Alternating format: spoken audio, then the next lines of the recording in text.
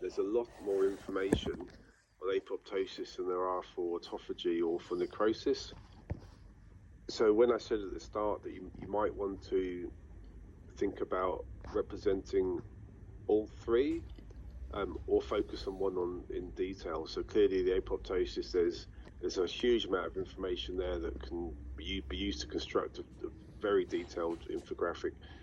So if you did all three, there'd have to be a trade-off between the level of detail that you want to include, just to make sure the infographic is still, I think, visually understandable. So before I go through autophagy, I want to just come back to the figures, just so I don't forget. So as I say here, it's fine to use the figures that are in the paper you choose as inspiration, and as they're review articles and quite comprehensive review articles, they've already tried to represent what they've identified as a figure, because it's a really useful way for information to be portrayed to help people understand it. And it's fine to use these as inspiration, but you certainly want to try to adapt them and find ways to improve them.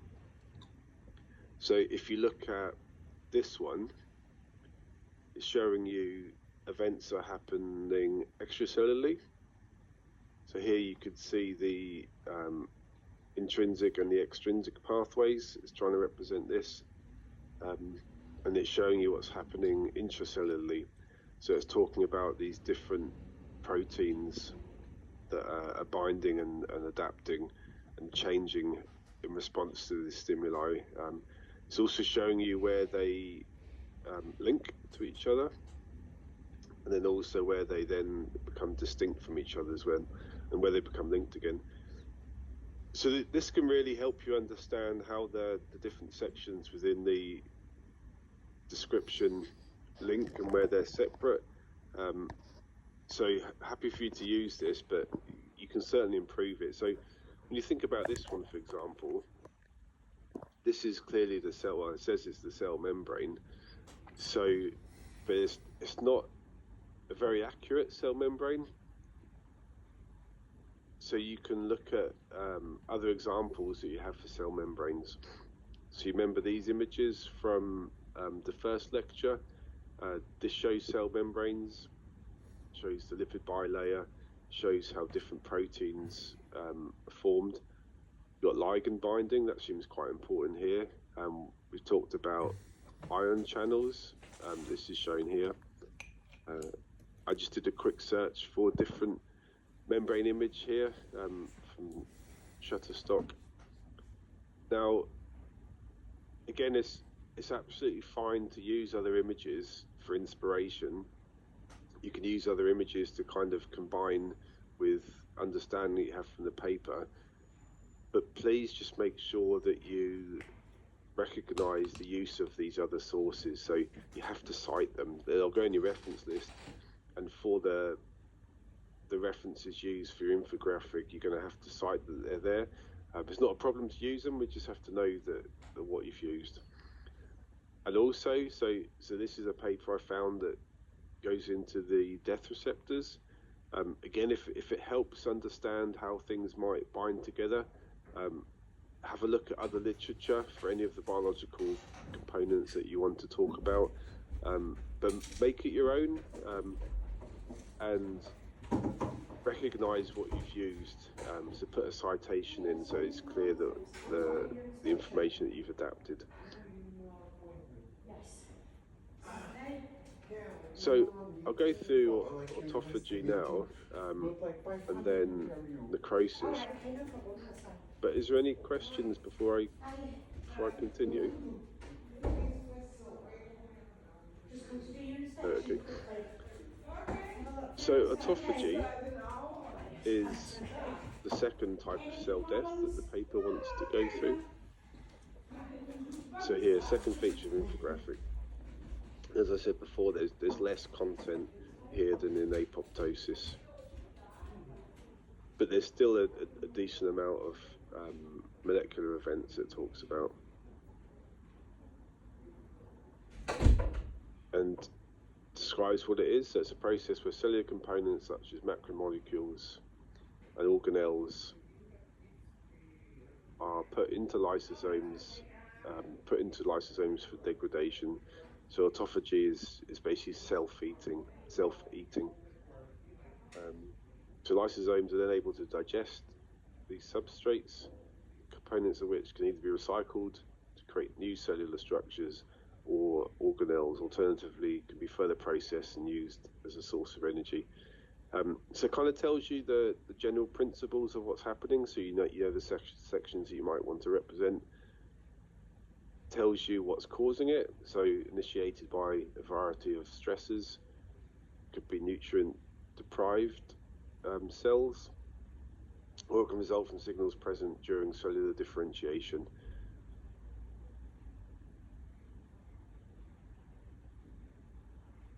Tells you what place in the immune system that it has. So it's involved in both adaptive and innate immune systems. So it gives you an idea perhaps other cell types could be represented.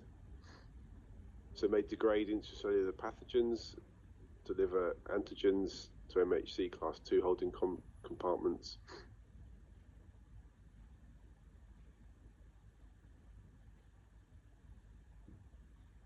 So again, I've highlighted some aspects, but I certainly might not have covered everything that the paper tells you to be able to be included in the infographic. So here it tells me that there's 3 distinct forms of autophagy.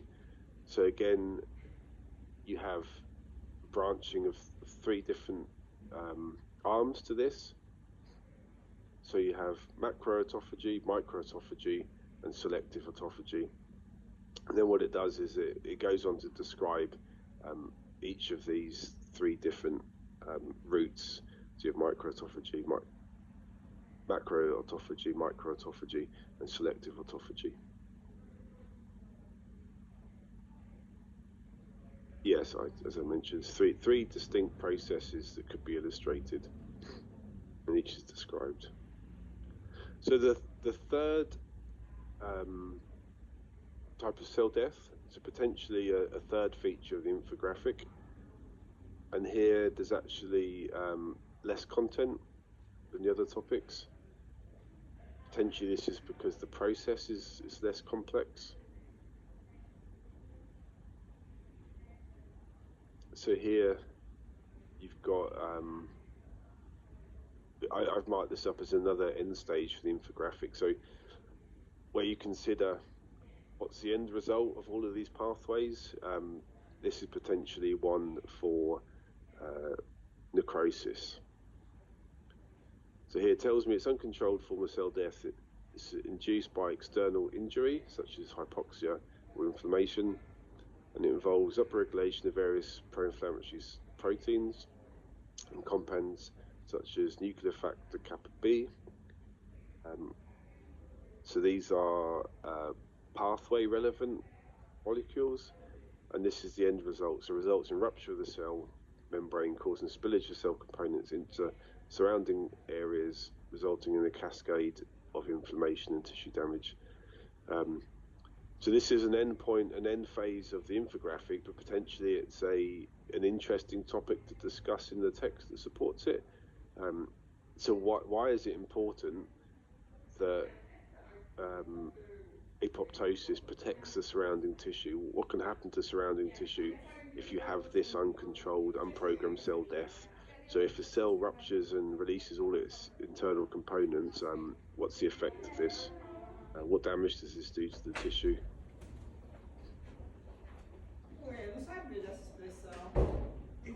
So here we've got 2 routes to be shown in necrosis.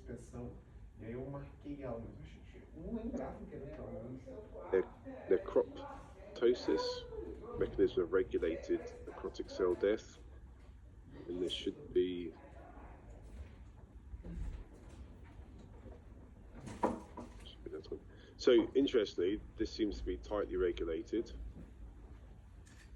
and it tells you how it's tightly regulated. So it's controlled in an apoptosis deficient environment by receptor initiating proteins 1, 3. This could be an interesting point to clarify. So these are receptor interacting proteins. So you have death receptors that are responsible for apoptosis. Here you have different receptor proteins, and you know that it's in apoptosis deficient environments.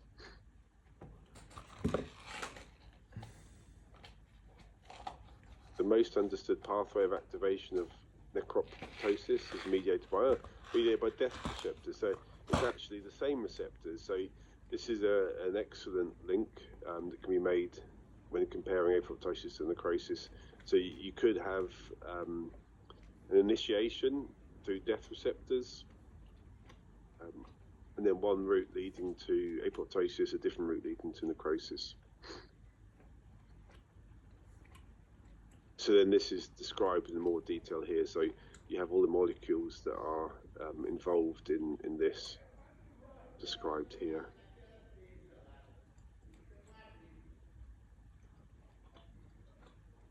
And here, yeah, again, just the proteins that are involved. So as I said again, you can draw out these different isolated events and then see how they fit together. So certainly don't try and draw the whole thing out in one route. You can draw out these very linked protein interactions and then see how they map out as a whole infographic separately.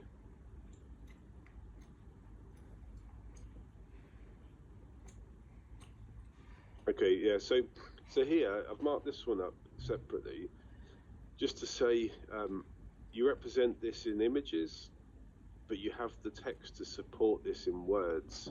So here you've got RIP3 recruits MLKL and phosphorylates it to threonine serine.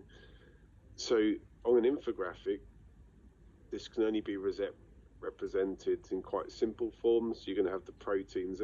As we saw, these aren't the proteins we're talking about, but you can see how they, well, here's the RIP1 protein. You can see that they just put in conjunction with other proteins, but this doesn't describe what happens. So when you're actually doing a text support, you can describe this in more detail. So from this image, you don't know if phosphorylation is occurring, but in your description of it, you can certainly expand on that point.